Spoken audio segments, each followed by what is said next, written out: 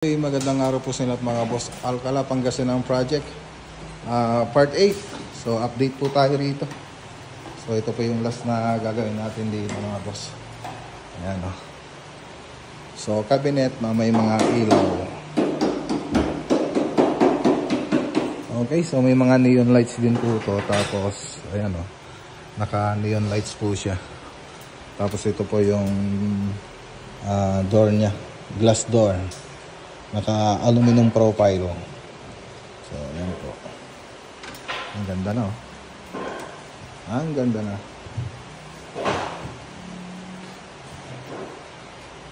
Ayos.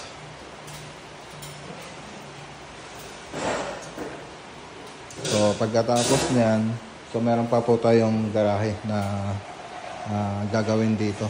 So hindi pa po naman natapos nila architect yung plano nun. So gapa po tayo ng design tsaka estimation.